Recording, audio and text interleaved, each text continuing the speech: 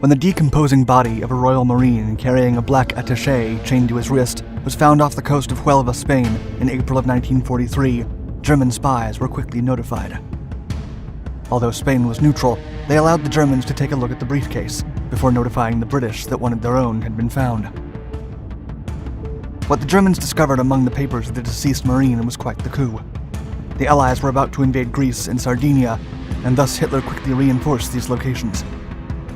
What they didn't know was that they had just taken the bait of one of the most successful deceptions of the war, inspired by the author of the James Bond novels himself. It was called Operation Mincemeat, and proved the perfect cover-up for the Allied invasion of Sicily.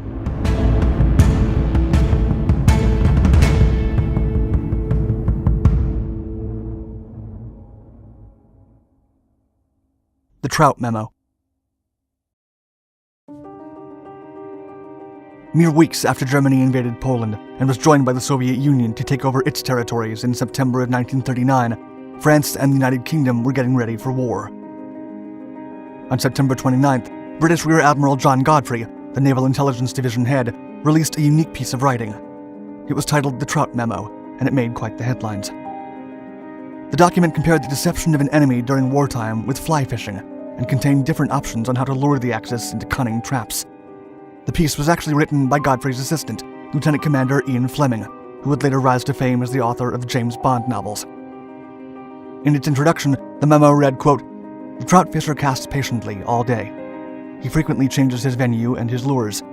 If he's frightened to fish, he may give the water a rest for half an hour, but his main endeavor to attract fish by something he sends out from his boat is incessant." One of the suggestions in the memo was quite controversial and was inspired by the writings of Basil Thompson. It read, quote, "A corpse dressed as an airman, with dispatches in his pockets, could be dropped on the coast, supposedly from a parachute that has failed. I understand there is no difficulty in obtaining corpses at the Naval Hospital, but of course it would be hard to have a fresh one." Planting fake documents on a deceased body that would be inspected by the enemy could work to fool them about operations or troop movements that would never take place. The technique wasn't new. It had been used by both the French and the British during World War I. However, the renewed suggestion was picked up by British intelligence officer and MI5 agent Charles Cholmondeley and codenamed Trojan Horse, after the famous deception that ended the Trojan War. Cholmondeley was inspired by an aircraft crash near the coast of Cadiz, Spain, in September of 1942, in which one of the deceased was carrying top-secret documents that, upon being recovered by the Spanish, were taken by German spies. This showed the British that although Spain was neutral, it frequently allowed German spies to study Allied information on their hands. Cholmondeley's plan specified that, quote, "A body is obtained from one of the London hospitals. The lungs are filled with water, and documents are disposed of in an inside pocket. The body is then dropped by a coastal command aircraft. On being found, the supposition in the enemy's mind may well be that one of our aircraft has either been shot or forced down, and that this is one of their passengers. The strategy would be the basis for the future Operation Mincemeat." Planning Mincemeat. With the war in Africa slowly turning against the Axis, the Allied High Command began planning the future invasion of Sicily during the last months of 1942. The problem was that the Germans knew they were coming, but fortunately for the Allies, the British intelligence had a plan. Following Churchill's advice of attacking Europe's soft underbelly, the High Command had two options: either attack Sicily to free the Mediterranean, or Greece to open up the Balkans. At the Casablanca Conference in early 1943, it was agreed that the next move would be Sicily. Still, there was no way of hiding where Operation Husky was headed. Churchill himself said, quote, "Everyone but a bloody fool would know that it's Sicily."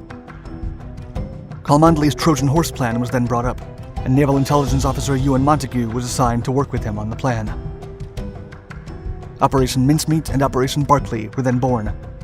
Both aimed to mislead the Germans and Italians into thinking that the Allied forces would land in Greece and not in Sicily. After getting clearance from the Secret 20 Committee, the two special agents got to work to find the ideal body of a deceased Briton to begin their master deception. The plan behind Operation Mincemeat was to drop the body of a British officer carrying secret documents near the coast of Spain so that it could be picked up by the Spanish and given to the Germans for inspection. The documents would contain fake information about the Allied invasion of Greece to deceive the Germans into reinforcing Sicily. finding a body. With the help of several MI6 agents, the two agents approached a veteran pathologist, Sir Barnard Spilsbury, to get information about the type of body they required. Spilsbury then told them that men who passed away from an air crash often succumbed to shock, not drowning. The doctor also told them that it would be easy to fool the Spanish Roman Catholic pathologists, as they were averse to post-mortems. He then emphasized that time was what really mattered, as a corpse would quickly enter a state of decay if proper care was not given. After weeks of searching for a corpse, the body of Glyndor Michael, a poor tramp that perished from eating rat poison and was not reclaimed by family members, was chosen for the operation. The corpse was stored in a mortuary refrigerator to preserve it, while Montague and Cholmondeley began to work on its fake military identity. The deceased man soon became Captain William Martin of the Royal Marines, who worked for the Combined Operations Headquarters. Making him a Royal Marine had a purpose, for every inquiry about his identity would be directly routed to the Naval Intelligence Division.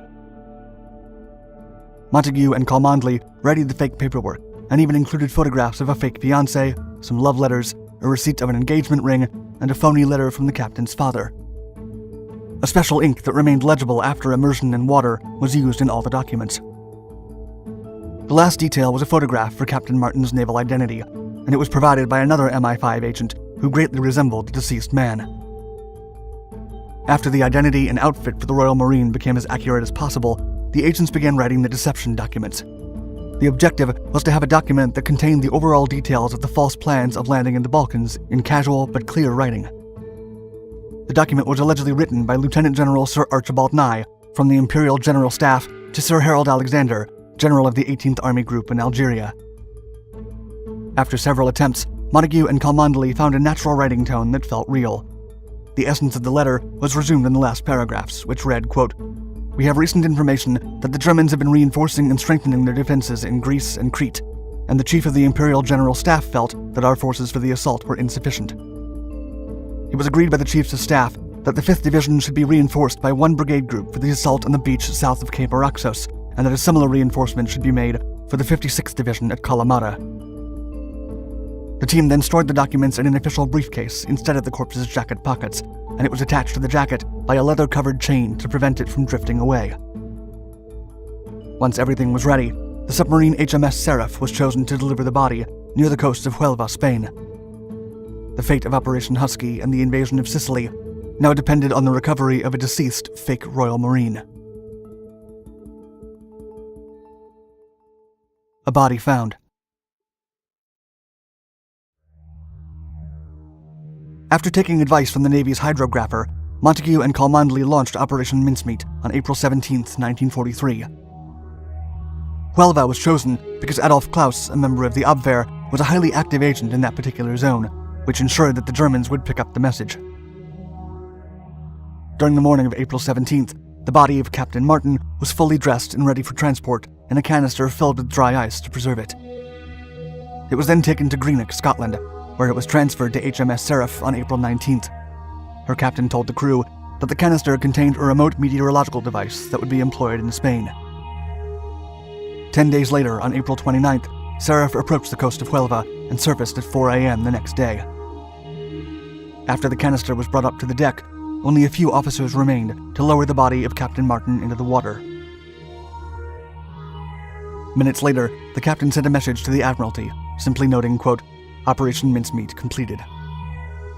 As expected, the body was found at 9 a.m. on April 30th, when Spanish soldiers delivered it to a naval judge.